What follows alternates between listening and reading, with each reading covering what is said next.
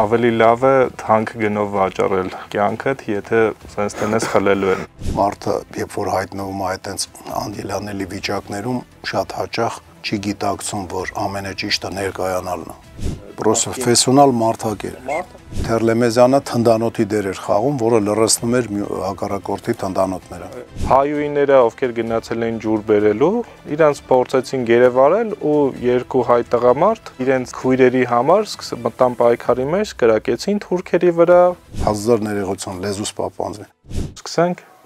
Բարև ձեզ հարգելի հայրենակիցներ։ Բարի օր։ Այսօր Հայր եւ որդի Վարդանովներ ոդկասթի հերթական թողարկումն է, իսկ քանի որ ապրիլ ամսին է այս հաղորդումները գնում, այն նվիրված է 1915 թվականի ապրիլյան ցեղասպանության ժամանակ ինքնապաշտպանական մարտերին։ Չնայած որոշ տեղանքներում ինքնապաշտպանվելուց հետո եղել են հաջողությունով չի ավարտվել, բայց ավելի լավ է թանկ գնով վաճառել կյանքդ, եթե sense տնես խլելու են։ Չեմ կարծում, որ այդ մոտեցմանը պետք է բան անենք, պետք է sense մտածենք։ Այնտեղ, որտեղ նախորոք պատրաստվել էին եւ դիմադրություն ա եղել, այնտեղ հաջողությունով է ավարտվել։ Բոլոր տեղերում։ Ասենք եղել է դիմադրություն, ինքնապաշտպանության մարտեր, որտեղ ինքնաբուխ առաջացել դիմադրությունը, դրա պատճառով սնունդ չէին կուտակել, զենք, փամփուշտ չէին կուտակել, ասենք, կողքի գավառների հետ, հայկական բնակավայրերի հետ կապ չեն, то есть եթե նախորոք ես անում, թուրքական կառավարությունը ի վիճակի չէր նախորոք պատրաստված, ասենք, ոչ թե ինքնաբուխ, այլ նախորոք պատրաստված ինքնապաշտպանության դեմ առներ, ոչնչացներ։ Այսօր խոսալու ենք նախորոք պատրաստված Վանի Այգեստան թաղամասի, որը Պարիսներից դուրս է գտնվում Վան քաղաքի ինքնապաշտպանության մասին։ Ինչքան հիշում եմ, մոտ 8000 բնակչություն ուներ, չէ՞։ Բայց փախստականներով արդեն տարբեր տեղերից փախստական էին եկել, բնակչությունը աճել էր ու իրենց պատրաստությունը նույն սնունդի հետ կապված նես չի հերիքացնում էր։ Բայց այստեղ մեկ է բան կա, իհարկե գարուներ եւ սնունդի պաշարները զգալի պակասել էին, բայց Այգեստանը ի տարբերություն քաղաքամեջից, այնտեղ վարձու բանվորներ գրեթե չէին բնակվում, բոլոր տները իր շուրջ համասեր ունեին, այգիներ, ասենք բաղչեվոյներ, փաստորեն սնունդից իրանք անհամեմատ ավելի լավ վիճակում էին, սնունդի տեսակետից, քան ասենք Վան քաղաքի մյուս հատվածը։ Թուրքերն էլ էին խելացի ու թողում էին փախստականների մուտք անդադար, նույնիսկ այսա կհասնենք դրան, թե ոնց էին ուղղորդում փախստականներին, որպեսզի ինքնապաշտպանությամբ զբաղվող փախստականներին հիմնականում կանանց երեխաներ ու ծերեր, այսինքն ինքնապաշտպանության համար ու արդեն ծովից յուծված ոչ ինքնապաշտպանության համար ոչ պիտանի, որտեղ իրանց տղամարդկանց ոչնչացրել էին մարդկանց։ Չի բացառվում, ասենք, նաև տարբեր շանտաժների, բաների հաշվին, նաև, ասենք, լրտեսելու համար, ասենք, նաև մարդիկ կային ուղղորդված, որոնք որ կարող ասենք իրենց ընտանիքի անդամներին ընդ պատանդ էին պահում կամ չէին պահում, ասում են պահում ենք, բայց մորթել էին ու իրենք աջակցում էին կամ չի բացառվում, ամենայն դեպս նման փաստերը ես չեմ որոնում, կարող է լավ որոնենք, գտնենք հուշերի մեջ, բայց որոնել պետք չի, որովհետև մարդը, երբ որ հայտնվում է այտենց անդիլանելի վիճակներում, շատ հաճախ չի գիտակցում, որ ամենաճիշտը ներկայանալն է։ Հիմա կարճ ներկա հիշեցնենք, որ կուսակալներ փոխվել Վան քաղաքի, Ջևդետներ, ինքը արդեն Բաշկալեում կոտորածներով զբաղվել էր, ոնց կարելի ասել պրոֆեսիոնալ էր, ինքը պրոֆեսիոնալ մարդակեր էր, հա, պրոֆեսիոնալ մարդակեր էր ու Վանին էլ ծանոթ էր, քանի որ իր հայրը եղել էր Թահիր բեյը եղել էր կուսակալ, այսինքն պատանեկությունը Վանում էր անցկացրել։ Նույնիսկ ոնց որ թե հայրի հետ ընկերություն։ Հա, հայրի հետ ընկերություն անելով։ Այդ ոնց որ ասենք գայլ կա, ասենք մարդիկ գայլ են պահում տանը, ու եթե խելամիտ չեն լինում,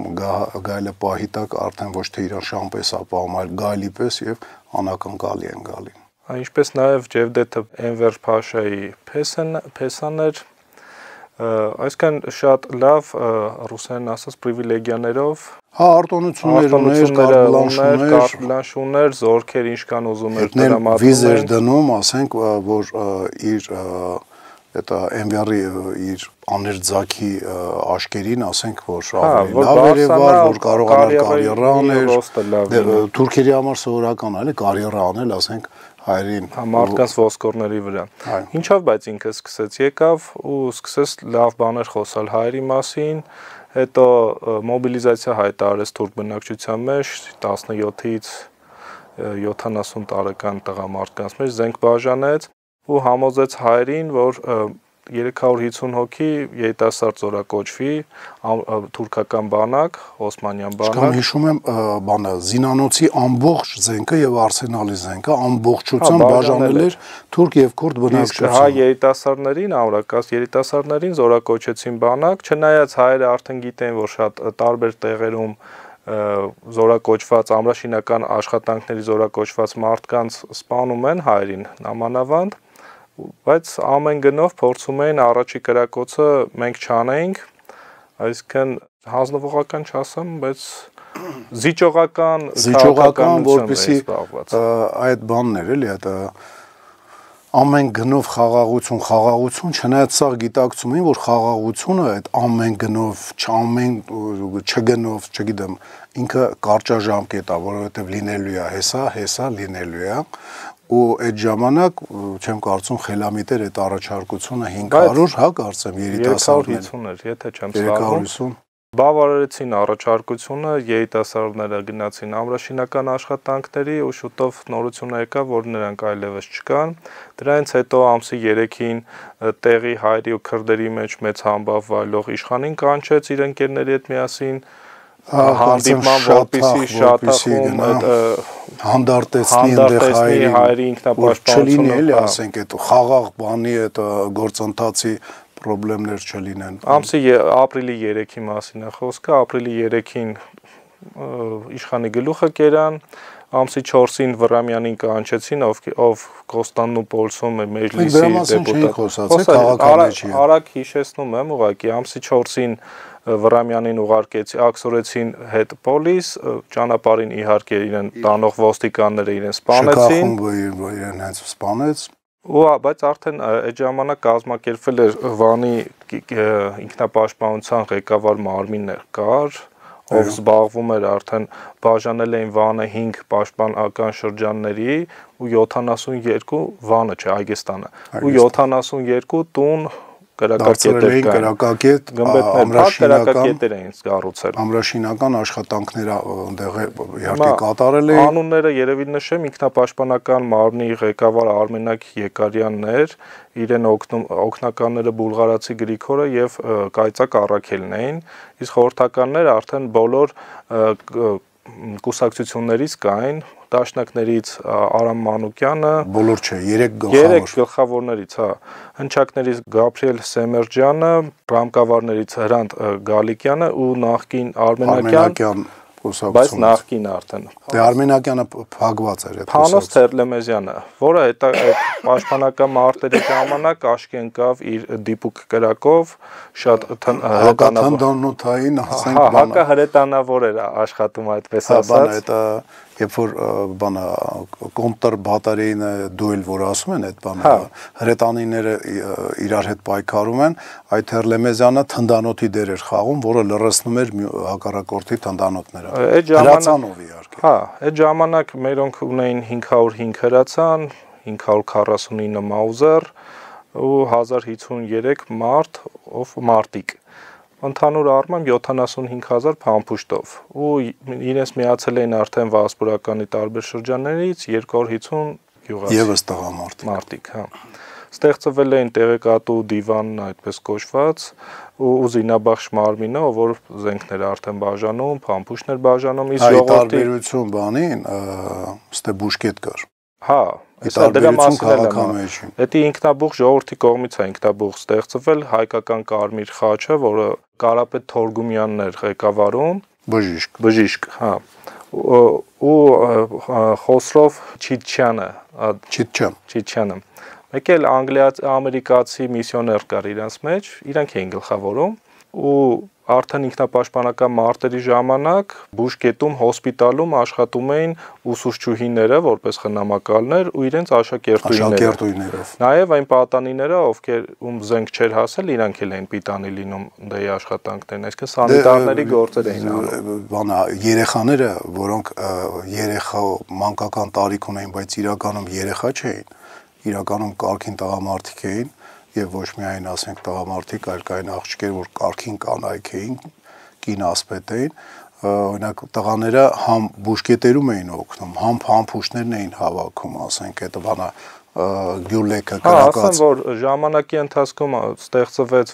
հիմնականում ոսկերիչներ էին աշխատում, 50 ոսկերիչ էր աշխատում, փամփուշտների գործ արհեստանոց ստեղծվեց, սկզբից վառոց ստեղծեցին ծխացող ածուխով, հետո անծուխ վառոց ստեղծվեց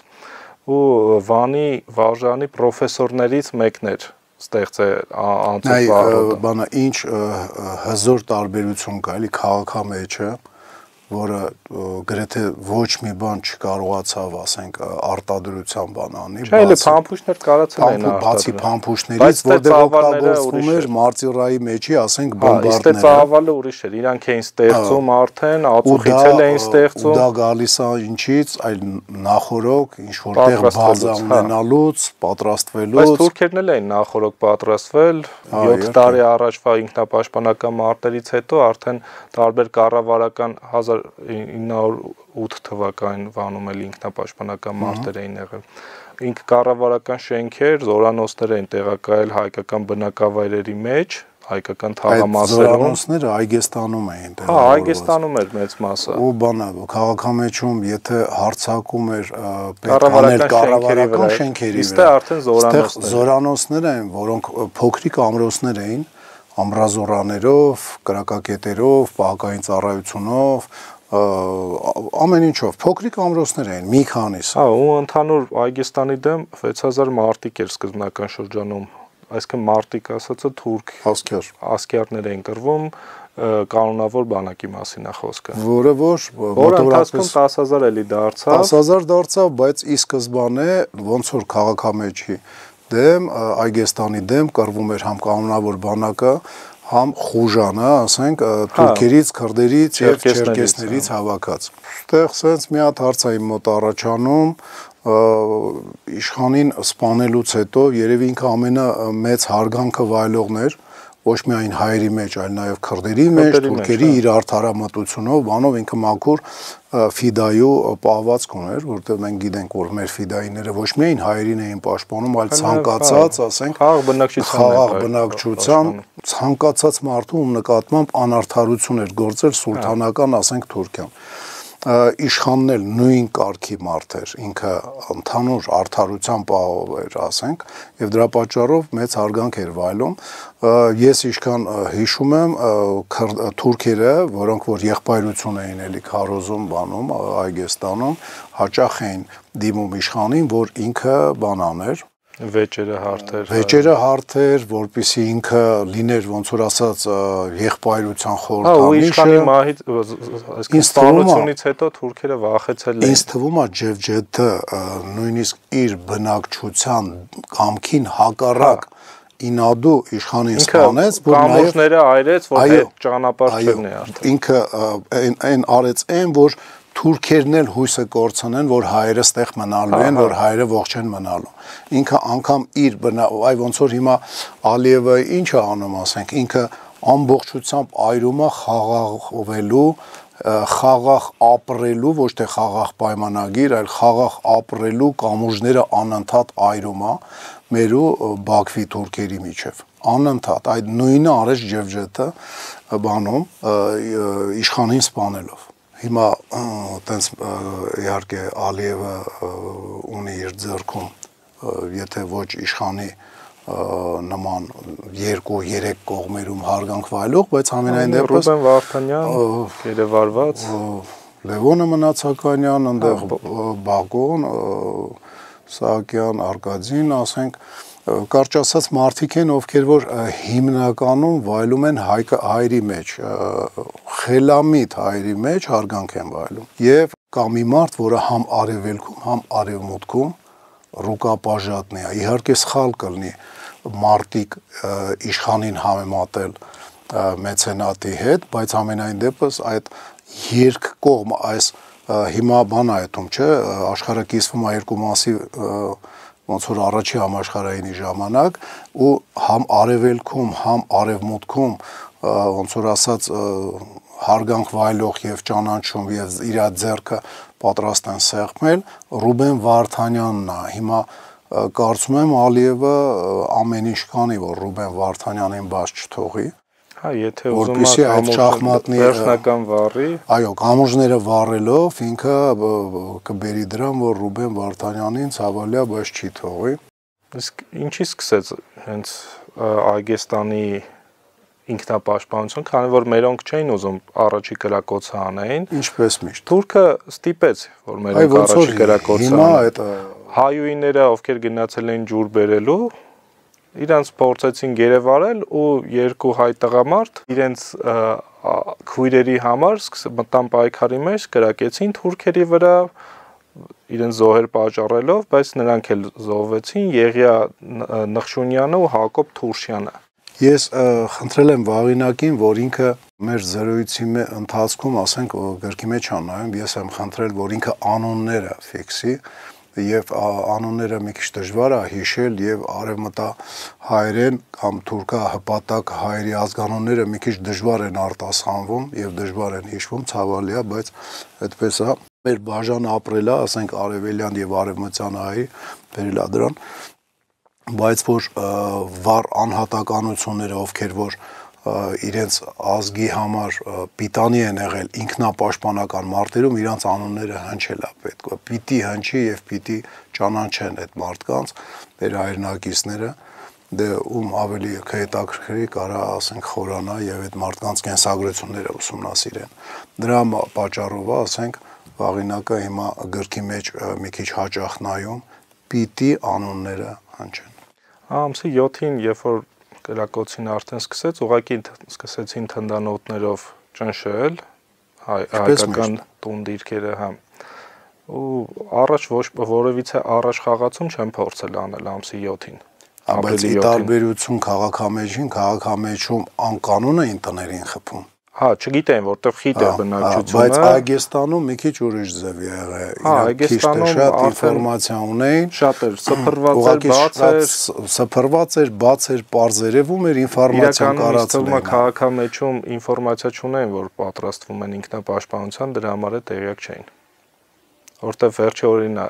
կազմակերպվել։ Իսկ Այգեստանում նախորոք է դա եղել։ Ինձ թվում է, հա, որովհետև բանը շանս քաղաքամեջի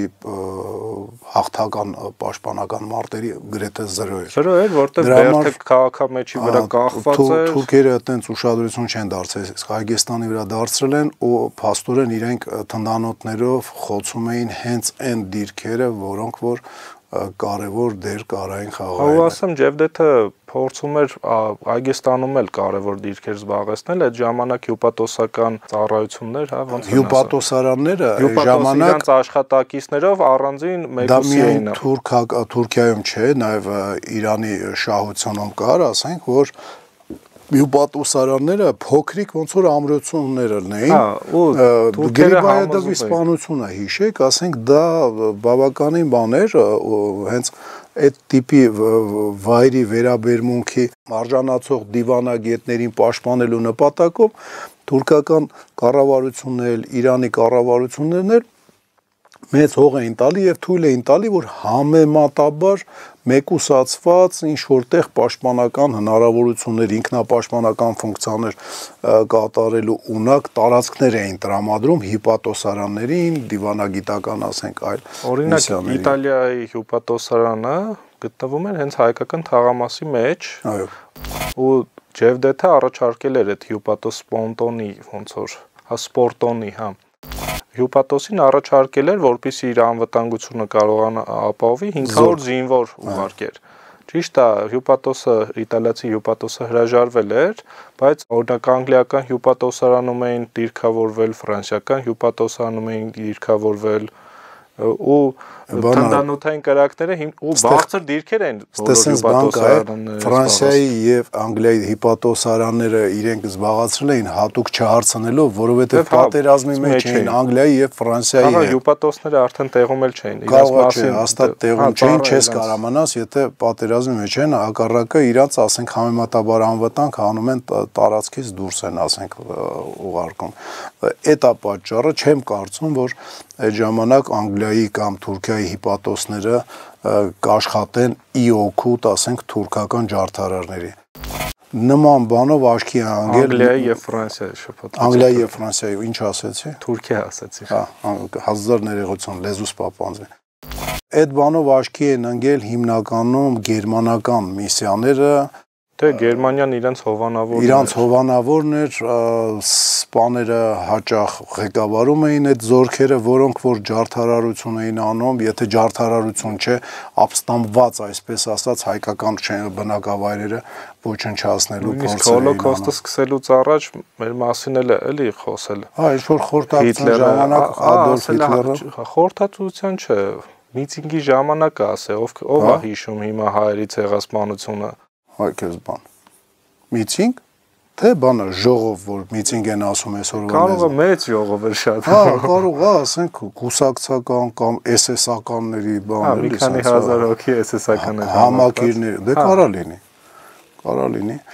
Բանը իրանք մեծ երկիր, մեծ քանակ զինվորներ, մեծ քանակ տականքներ եւ այլն։ Ոնց որ Թուրքիայում։ Հա, Այգեստան թաղամասում ինչն էր հետաքրքիր, որ տները քանի որ իրարից հեռու էին, շատ տուն դիրքեր կային, որոնք մեկուսացված էին։ Այո։ Ու շատ իրականում հեշտ էր դրանք գրավելը։ Միևնույն ժամանակ պաշտպանելն էր հեշտ։ Պաշտպանելն էր հեշտ, բայց սնունդի խնդիր էր լինում։ Մատակարարումն էր առանձին այդ տները, երբ որ տենում էին կրակելը, շատ հեշտ էր իրենց վրա հրետանով կրակ բացելը, թնդանոթներից ավերակի վերածելը։ Ու առաջի օրերին վախ կար, որ չէին դիմանա ու ընդհանուր ֆրոնտը ինքնապաշտպանության փլուզվեր, բայց թուրքերը տարբեր տեղեր տներ գրավելով, այսինքն տուն կրակակետեր գրավելով առաջ չէին գնում։ Չգիտեմ պատճառը ինչումն է եղել, բայց որովհետև ծուղակներից էին վախենում։ Տեղեր եղել է, որտեղ հետ են քաշվել, գցել են այգիներում ծուղակի մեջ ջարդել, հետ են շպրտել, բայց տեղեր կա, օրինակ Շահ Պենտերյան դիրք տունը, քանի անգամ թուրքերը գրավել են, մերոնք գիշերը հետ են գրավել, հետո մյուս օրը էլի գրավել են ու այդ ժամանակ սկսեցին հայերը գետնափոր Ստե կարելի է գիտես ինչ է հիշել կներես։ Դե գետնափոր այդ բաները հեսա կշարունակես։ Կարելի է հիշել Գարեգին Նժդեի խոսքերը, որ ինքը ասում էր թուրքը այդ իր խիզախությունը վայրենությունների ու վայրագությունների հիման վրա է, այլ ասենք այտենց կարծիք առաջացել, որ ինքը խիզախ զինվոր է, որտեղ ինքը վայրագություն էր անում, այդ վայրագությունից մարդիկ խուսափած փախնում էին տարբեր ժողովուրդների, տարբեր ազգերի, տարբեր պետությունների եւ թուրքը խիզախ զինվորի համբավ ուներ։ Հենց այդտեղ էլ Նժդեն ասում էր, որ հենց առաջի չհաջողված հարձակումը բեկում էր մսնում ճակատամարտի մեջ եւ թուրքը արդեն առաջվա ասքյարը կամ չգիտեմ յանիչեր ինչ էր այստեղ իրանք հանդիպեցին նման իրավիճակի եւ ես հիշում եմ հուշերից մեկում որ շատ վաղուց եմ կարդացել հրամանատարները զենքով փեդերով ծեծելով զինվոր բանը ասքյարներին առաջ էին բրթում որ իրենք գրոհեն տարբեր կրակակետեր то есть հրաժարվում էին վախենում էին նույնիսկ հնարավոր է գնդակահարություններ են եղել այդ խելքը գլխին հետազոտողը երևի կկարողանա նաև նման փաստեր ասենք բացահայտի թուրքերին դիմադրելը բերել էր ընդրան որ իրենք չէին կարում այդ քո ասածն այ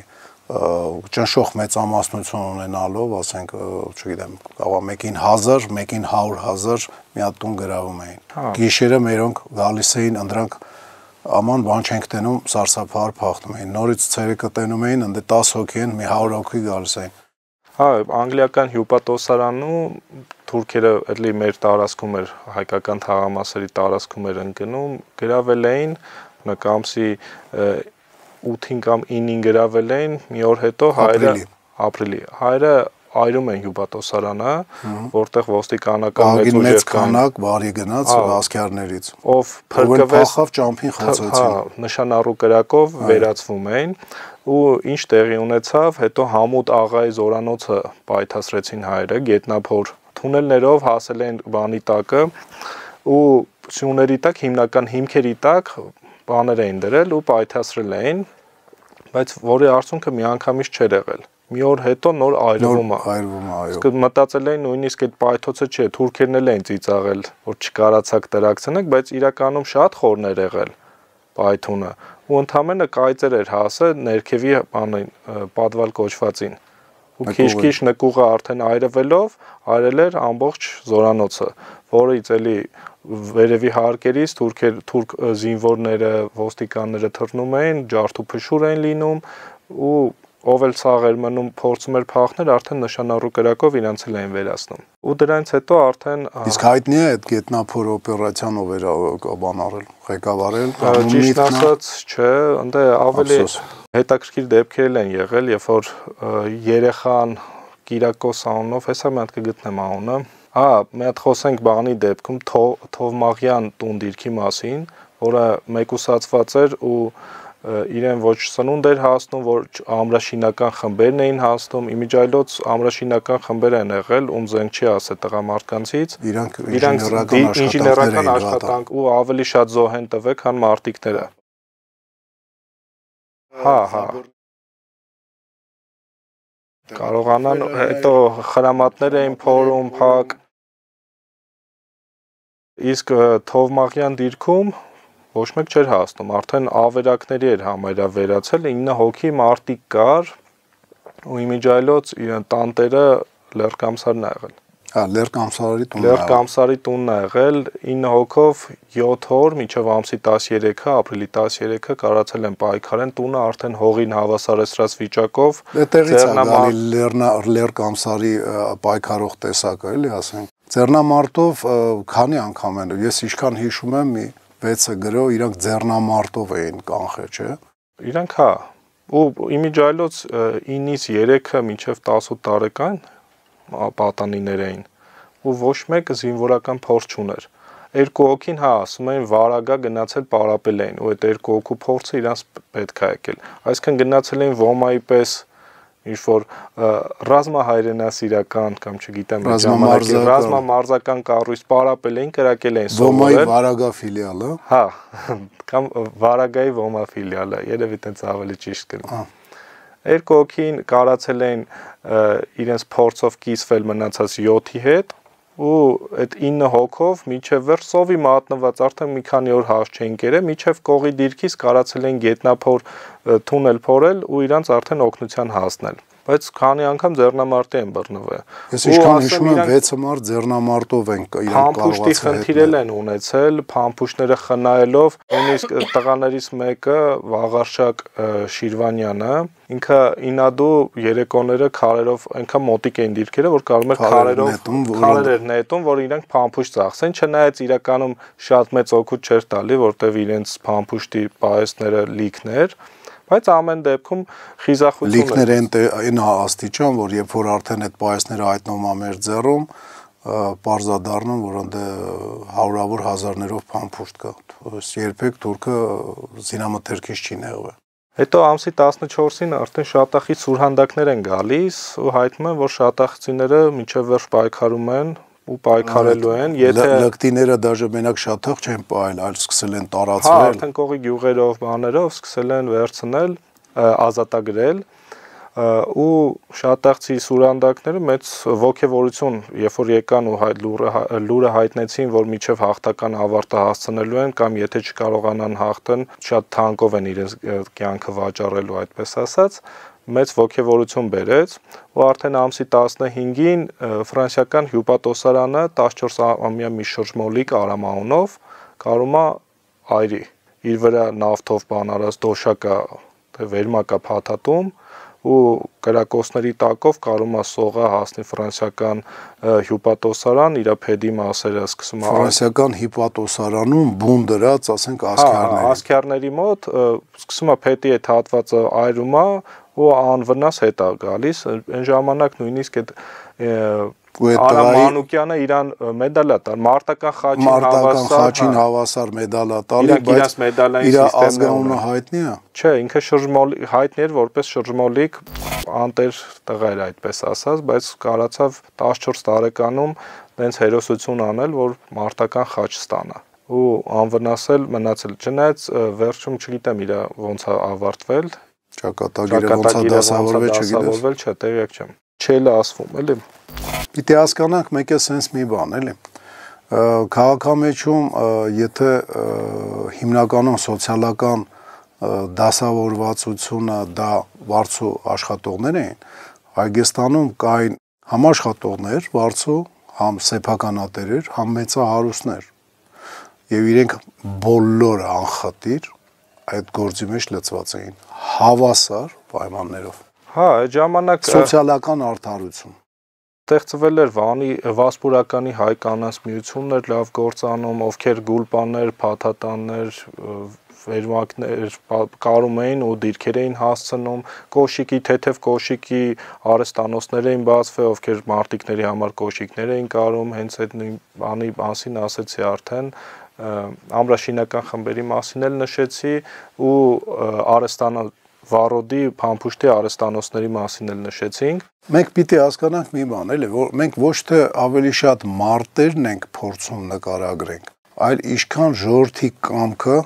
այդ ծնկի կանգնելու հաշվին պատերազմից խուսափելու փորձը, ասենք որ չի եղել իրանց մոտ, առաջնորդները առաջարկել են ոնց որ ասեցինք սկզբից, բայց ժողովուրդը այնքան էլ չի ընդունել, մենք ավելի շատ դրա մասին ենք խոսում, որ կանգ եւ պատրաստություն։ Եվ կանգն ու պատրաստությունը բերում է այս վիճակի, երբ որ Հայաստանը դառնում է անհաղթահարելի փոքրիկ գմբեթ 1 եւ 2-ների շարված առաջի, երկրորդ, երրորդ գոտիով, որը հաղթահարել թուրքական բանակի, քուրդա, չեչենական, ասենք, չերկեսական, ասենք, խուժանի համար ուղղակի անհաղթահարելի էր։ Բայց թուրքը միշտ էլ խորամանկ է եղել, ինչ սկսեցին անել, հասկացել են, որ պատերազմը դա խորամանկության արվեստ է։ Իրանք էլ քանի որ շատ էին պատերազմում, գիտեն, խորամանկել գիտեն, սկսեցին գաղթականների խմբեր ուղարկել։ Կանանց ոնց որ սկզբից նշվեց, ու արդեն մոտ 15000 գաղթական կար Հայաստանում, որը սարսափելի մեծ թիվ էր։ Սարսափելի մեծ թիվ է, իրանք տեղից սնունդի խնդիր ունեին։ Բնակչությունը պիտի հիշենք, որ գարուն էր։ Սիբեղ, Մանդակ, միգուցե, բայց ոչ ավել, ձմեռվա պաշարները արդեն կերել էին։ Բայց այգիներում հիմնականում կռիվներ էր, տարբեր տների, երբ որ տուն դիրքերը անցնում էին, հասնում էին այգիներ, ու շատ դժվար էր այդ սնունդը ապահովելը։ Ստեղծվեց մի մարմին, նպաստաբաշխ մարմին, որ գաղթականներին տեղաբաշխում էր տներով ու սնունդ էր հասցնում։ Իսկ արդեն ապրիլի 16-ին նոր թնդանոթներ են թուրքերը բերում Բիթլիսից, Կրուպի։ Գերմանական թնդանոթներ, գերմանական սպաներով։ Հա։ Կեցե Եվրոպա։ Ու արդեն ամսի 17-ից ահա որ տիպի հարձակումներ են սկսում։ Մի քանի մարտական դիրքեր հողի են հավասարցնում, ինչն է, այն որ արդեն գալիս է մերձամարտի հասնում, ինչն է օգնում մեզ չնահանջել, դպրոցական մի նվագախումբ, Ֆանֆար դպրոցի նվագախումբը, այդ աշակերտները կրակի տակ, կրակոցների տակ, թնդանոթների պայթյունների տակ երգելով ու պլյուս արդեն այդ կառավար, այսինքն ինքնապաշտպանության ուժերի ղեկավարները Եկարյանն ու Կայծակ Առաքելը հասնում են արդեն ամենակարևոր դիրքերում, որտեղ թեժ կռիվներ է ու ոգևորելով մերձամարտում արդեն կարողանում են հետ շպրտել թուրքական հրոսակախմբերը։ Տենց իրանց հերոսամարտը ոնց մտածում ես անհնար էր, բայց արեցին մարտիկ։ Երևի մի քիչ բան անենք, կա անուններ, որ արժե հնչեցնել։ Անուններ, էլի երեխայի անուն կասեմ, ով որ ամսի 19-ին Կիրակոս անունով մի պատանի կարողանում է էլի սաստիկ մարտերի ժամանակ թուրքական թիկունք անցնել, Իսկ թուրքերը արդեն այգիներ էին մտել, այսինքն մի քանի կրակակետեր անցել էին, հողին հավասարացնելով անցել էին ցնդանոթներ, որտեղ արդեն կոնկրետ դիրքեր կային, որոնց վրա օրական 200 մինչև 400 թնդանոթային հարված էր ուտում։ Չէին հասցնում ամրաշինական խմբերը թեկուզ սպանվելով, բայց չէին հասցնում վերականգնեին,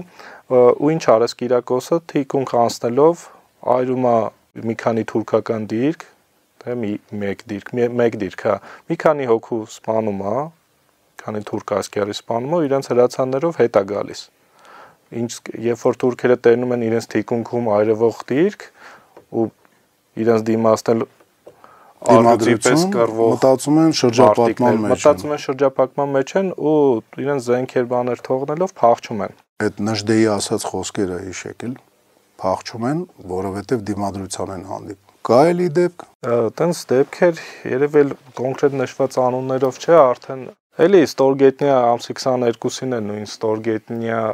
թունելով անցնում դիրք են տրաքացնում հայ պատանիները ու ճանապարհին թուրքերի են հանդիպում, թուրքերն էին հասկացել, որ նույն ձևով կարան հանեն, ուղղակի մերոնք իրենց շուտ են տեսնում, կարողանում են վերացնել ու իրենց դիրքն են հրդեհում, ոչ թե մեր դիրքն է հրդեհվում, ու արդեն ամսի 23-ից սկսում է թեթև մարտեր, թեթևանում թուրքերը քիչ-քիչ սկսում են էլի փախնել, բնակիչները Դարդանելի դիրք ունենք, որտեղից շատ լավ երևում էր թուրքերը ինչպես են Հաջիր Բեքիրի զորանոցներ երևում ու տեսնում էին ոնց էին այնտեղից կառքերով լքում գնում էին Վանալիճում քանի 3 նավ արդեն տեղափոխվել էր, բայց ոչ մի տեղեկություն մերոնք չունեն ինչն է պատճառը։ Դե պաշարված լինելը հա իր դերը խաղում էր։ Հեսա դուք ասես ոնց ավարտվեց այդ Այգեստանի ինքնապաշտպանությունը։ Ես կուզենայի մի հատ հարց տալ, փախան, լավ չեմ հիշում, էլի, փախան վերջը Այգեստանը շրջապատող զորքերը, թե իրենց ասենք երկու կողմանի հարվածով, ասենք ժամանած հայկական ջոկատի հետ Ստրեչնի բոյով, ասենք արագ գցելով բան արեցին։ Որտեղ համեն կարծիքն կա, իրականում փախել են, որտեղ մինչև այդ մեծ ծանր պարտություն էին կրել, ճակատամարտը չեմ հիշում, բայց թուրքական բանակը ռուսներին պարտվել էր մոտ 20,000 հոգի ասկյար էր մնացել կռվի դաշտում, զոհված։ Ու գնալով ավելի վայրագանում էին իրանք, ավելի անտանելի էր դառնում թնդանոթային կրակը, բայց դրանով իրանք ծածկում էին իրենց նահանջելը։ Ու արդեն մեր տարբեր դիրքերից հետախուզական տվյալներ էին գալի, որ թուրքական դիրքերը սակավաթիվ են դարձել։ Դիրքերում մնում էին 20-25 հոգի։ Հետո Ջևդեթը սկսեց արդեն մենակ զինվորականներին թողնել, զինվորականների ընտանիքներին էլ տեղափոխեցին Վանի շրջանից, բայց պարտություն էլ ենք ունեցել Այգեստանում։ Որը Շուշանց ու Վարագա հատվածում, որտեղ 5000 փախստական էր տեղակայված, այդ հատվածում պարտվել ենք, դա առաջի ու վերջի պարտությունն է եղել, երբ որ օգտվելով հրադադարից կարողացել են գամ Վարագայի վերևի բլուրներում տեղակայվեն ու անակնկալ հարձակում են կատարել։ Այդ ժամանակ մերոնք թողել են դիրքերը, հետո բարձացել են արդեն սարեր, որտեղ բաժան են եղել, էլի բաժանվել են, բայց այնտեղ ահագին փախստական է կոտորվել։ Հա, փախստական դե այդ ժամանակ ինչպես միշտ թուրքը փոխվել է։ Բանը, երբ որ հա, ու արդեն ամսի 27-ից չնայած իրենք սկսել էին նահանջելը, բայց ուզում էին վերջո վրեժ լուծեին, ամսի 27-ից սկսեցին արդեն սպաները առաջնորդել ասկյարներին, ինչը նշանակում է, որ արդեն վերջնական ոչ մարտեր էր գնում։ Եթե առաջ փեդով ծեծում, հետևից կրակում ասում էին առաջ, հիմա ճարահացել դերից։ Բայց հայրը դա նկատելով սպաներին, սկզբից սպաներին էին խփում, վերացնում, ինչը արդեն իրենց զորքին առիթ էր, որպեսզի փախչեին։ Նախորդ հաղորդման մեջ մենք ասեցինք, չէ, որ մի զորանոց, երկու զորանոց գրոհով այրեցին, ասենք Այգեստանի ինքնապաշտպանության ուժերը եւ երրորդ հայրելուց այդ եղավ, ասենք նշան քաղաքամեջի համար, որ всё բրծան թուրքերը։ Ամսի 4 մայիսի 4-ին է, եթե չեմ սխալվում, այդ եղել, այդ Բեքիրի բան զինանոցն է։ Զորանոց, որը ամենամեծն էր ու ինքը խորհրդանշանն էր, ասենք հայրին ոչնչացնելու։ Ինչ եղավ։ Եկան ռուսական զորքերը, որոնց առաջնորդում էր ոչ թե գլխավորում էր, այլ դեմից առաջապահ զորքերն էին հայկական ջոկատները, քերու գումնա Այգեստան առաջինը մտել, բայց դրանից հետո կուզենամ նշեմ, որ ռուսներն էլ մեր հետ լավ չվարվեցին։ Սկզբից Վասպուրականի կառավարիչ նշանակեցին Արամ Մանուկյանին, հետո գցին բռնին, որ հայրին այսքան ուժեղացնենք, հետո լավ չի լինի, եւ ինչ եղավ։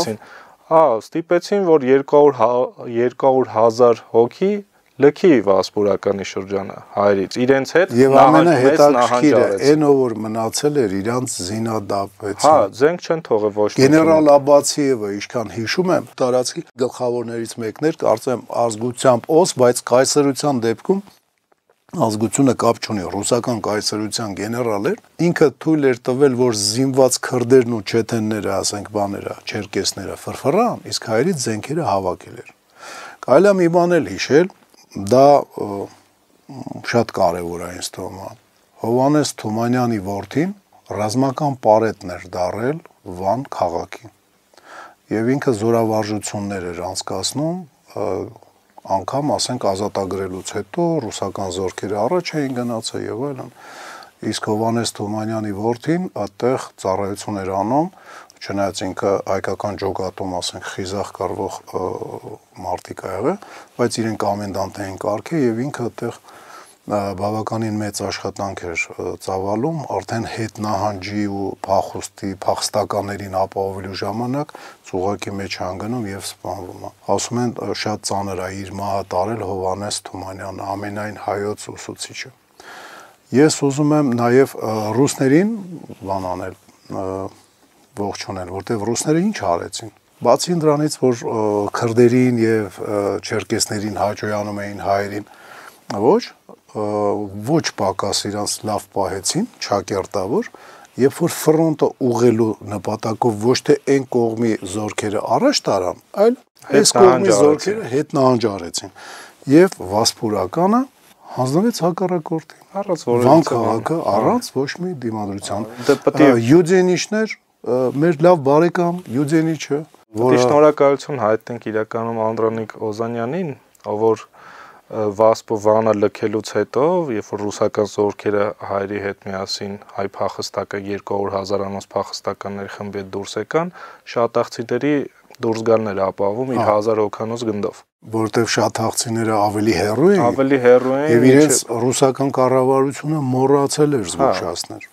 որ հետ նահանջ է լինելու։ Կարճ ասած, все хороши, թե ռուս, թե Եվրոպան դե 27 երկիր է միացյալ, ասենք չեմ ուզում ֆոն դեր Լայններին առանձին թվարկեմ,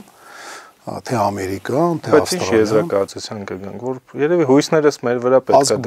ազգբանակ։ Ինչը եղել է հենց Այգեստանում, ինչը եղել է քաղաքամեջում, ինչը եղել է Շաթաղում, ազգբանակ, ու եթե նախորոք մի քիչ խելքի են գալի, այդ ազգբանակի մարտիկները նախորոք պատրաստված են անում, երկիրը ամրոց է սարքում եւ անմիջապես, ասենք, վերևից այդ կած ծիտիկը կամ մորտիրայի բոմբարդան նռնակը չի պայթում գլխիդ քեզ սպանում, որտեվ գլխավերևում այդ գմբեթ ես կառուցել։ Այսքանով երևի ավարտենք այսօր։ Մանավանդ բավականին երկար խոսացինք։ Հիշեցնենք, որ եթե ուզում եք շարունակական լինի մեր հաղորդումները, դետքի Patreon-ին գրանցվեք, լայքեք հաղորդումները, որպեսզի դիտումները շատանան, կոմենտեք, եթե ինչ-որ կարծիքներ ունեք, մենք բոլոր կոմենտներն կարդում ենք։ Մի զարմացեք, որ ես էլի իմ սազն եմ քաշում ազգբանակ ասելով։ Անհրաժեշտություն չլիներ, չէի անի։